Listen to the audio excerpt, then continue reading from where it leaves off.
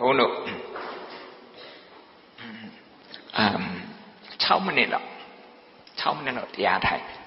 နော်6မိနစ်လောက်တရားထိုင်တဲ့အခါမှာကလထိုင်ပေါ်မှာပဲထိုင်ယုံထဲမှာထိုင်စေချင်တယ်ယုံထဲမှာဆိုရင်ယုံထဲမှာပဲထိုင်ကိုကလထိုင်ပေါ်မှာပဲထိုင်ကလထိုင်ပေါ်မှာပဲထိုင်တပင်အောက်မှာလည်းထိုင်နေတယ်အဲ့တော့ဝင်နေထွက်လေကိုကြာချနာရှူရှိုက်ပါဝင်နေထွက်လေကြာနာရှူရှိုက်ခန္ဓာကိုယ် relax လုပ်ထားပါအကြောတွေလျှော့ထားပါ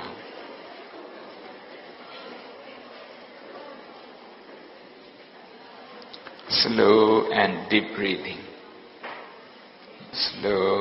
deep breathing when le ရှူတဲ့အခါ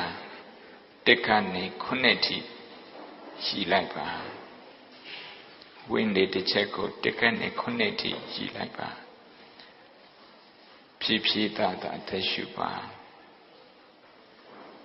ဒီခန္ဓာကိုအောက်ဆီဂျင်လိုပါတယ်စာပြီးသားအစား energy ဖြစ်အောင်sugar နဲ့ cholesterol တွေ energy ဖြစ်သွားအောင် oxygen supply လိုအပ်တယ်ဒါကြောင့် energy လိုအပ်တဲ့ဒီခန္ဓာကိုတနာကျင်နာသောအဖြစ်တနာကျင်နာတဲ့စိတ် compassion နဲ့ဝင်လေထွက်လေရှုရှိုက်ပါ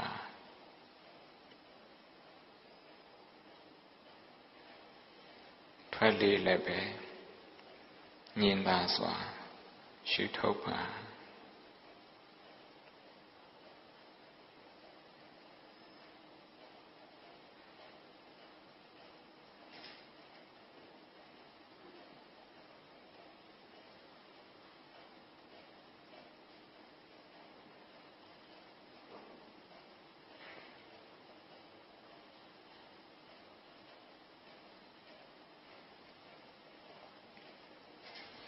ခန္ဓာကိုယ်ကတင်းနေသလား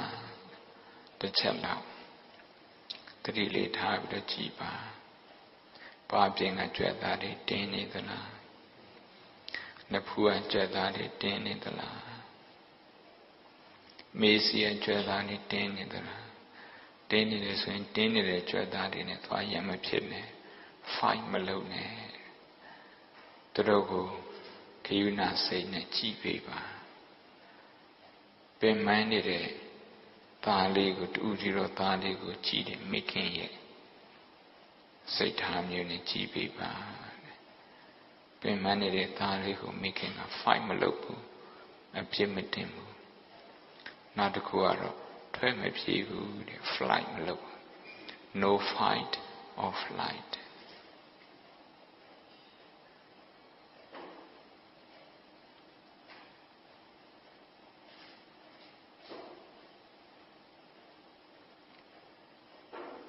ပခုံးကကြွက်သားတွေလေးနေသလား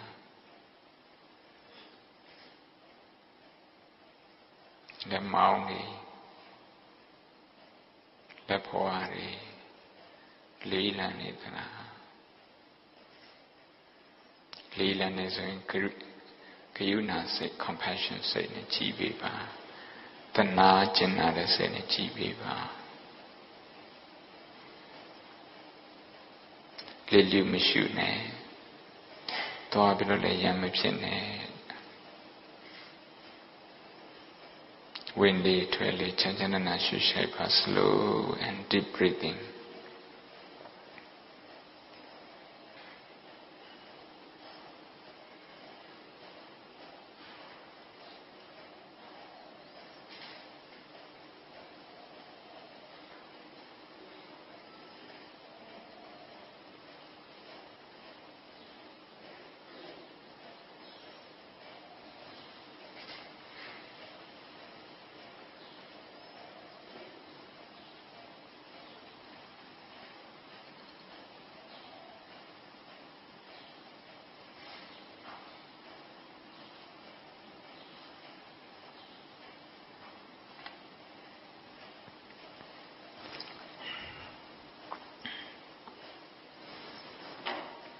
အခုလောလောဆယ်ဘယ်လို emotion တွေဖြစ်နေတော့ဆိုတာလည်းတစ်ချက်ကြည့်လိုက်ပါ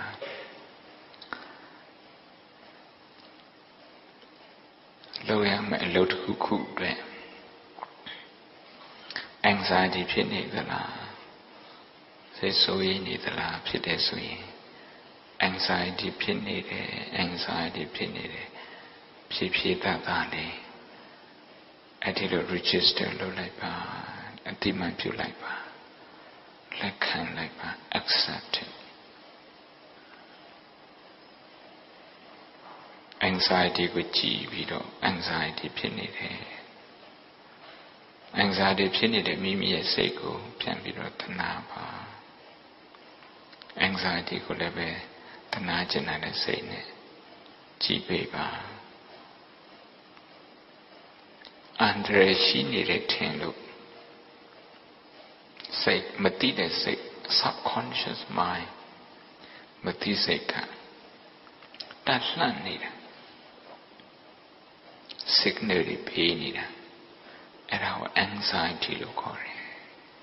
အဲ့ဒီ anxiety ကိုမှန်မှန်ကန်ကန်ဖတ်တတ်ဖို့ပဲ we just need to read the sign of anxiety as it is without magnifying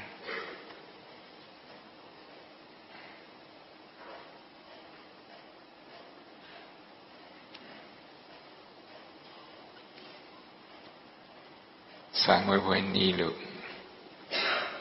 anxiety ဖြစ်နေတာလား report တွေရေးရမှာမလို့ဟောကိစ္စဒီကိစ္စဆောင်ရမယ့်ဟာတွေအလုပ်တွေလက်ထက်မှာအများကြီးကြံ့နေလို့ anxiety ဖြစ်နေသလားဖြစ်နေတဲ့အဲ့ဒီ anxiety ကိုကြည့်ပြီးတော့ anxiety ဖြစ်နေတယ် anxiety ဖြစ်နေတယ် anxiety ဖြစ်နေ anxiety ကိုကြည့်ပြီးတော့တတိတရားနဲ့ပွေဖက်လိုက်ပါ embrace လုပ်ပါ mindfulness နဲ့ embrace လုပ်ပါ embrace anxiety with mindfulness don't run away from it don't fight with that either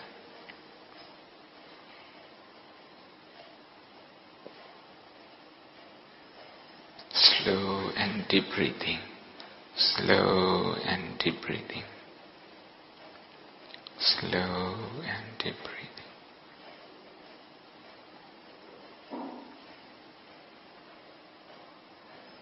ခန္ဓာကိုယ်ကြွယ်သားတွေတင်းနေတယ်ဆိုရင်ပင်ပန်းတယ်ဆိုတာကို signal ပြတာအဲ့ဒီ signal နဲ့အဲ့ဒီ messenger နဲ့ရမဖြစ်နေကျေစုတင်ပါဒီလိုမဖြစ်ရဘူးချက်ချင်းအားရှိရမယ်ချက်ချင်း refresh ဖြစ်ရမယ်ဆိုပြီးတော့လည်းပဲသူတော့ fight မလုပ်နဲ့သူရမ်းမဖြစ်နဲ့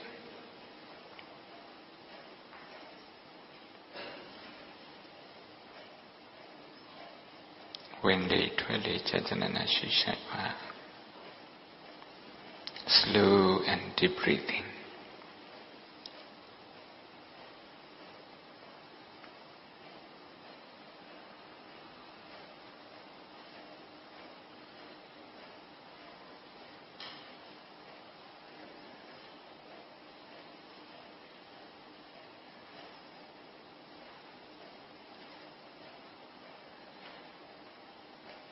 ခန္ဓာကိုပင်ပန်းမှုအတင်ဖယ်ရှားဖို့မလုပ်နဲ့သူရှိနေတာကိုကရုဏာလေးနဲ့နားလည်မှုလေးနဲ့ကြည့်ပြီးပင်ပန်းနေတဲ့ခန္ဓာကိုယ်အတွက်ဝင်လေထွက်လေချမ်းချမ်းသာရှိရှိပေးပါအောက်ဆီဂျင် supply လုပ်ပေးပါ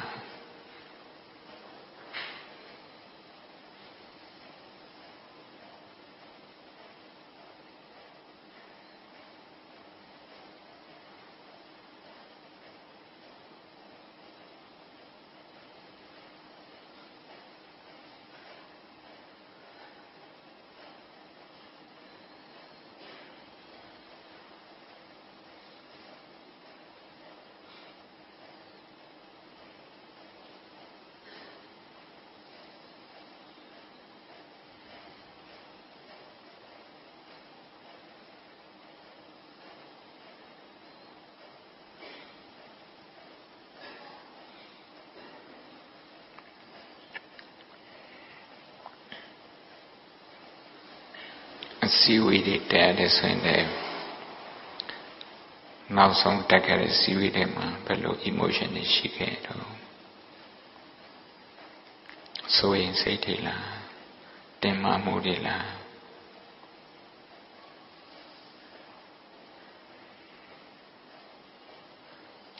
တယောက်ကိုတယောက်ယုံကြည်တဲ့စိတ်တွေလားမယုံကြည်တဲ့စိတ်တွေလား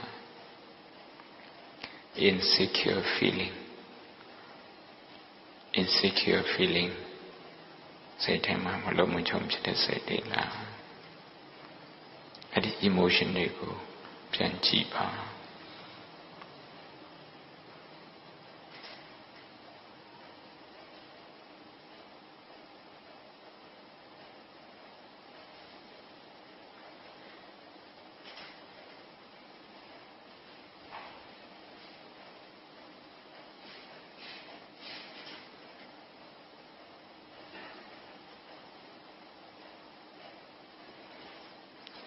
slow and deep breathing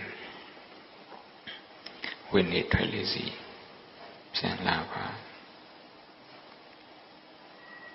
ကြာကြာနာနာအသက်ရှူရှိုက်ပါ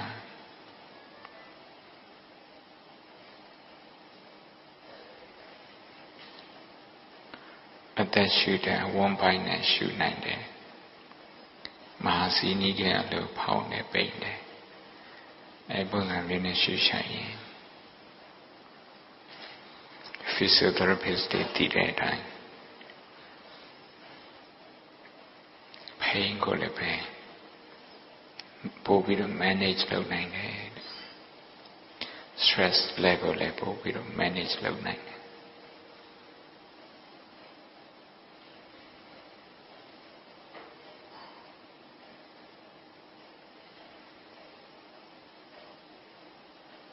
ကဲအချိန်လေးစီးပါပြီမျက်လုံးဖွင့်လို့ရပါ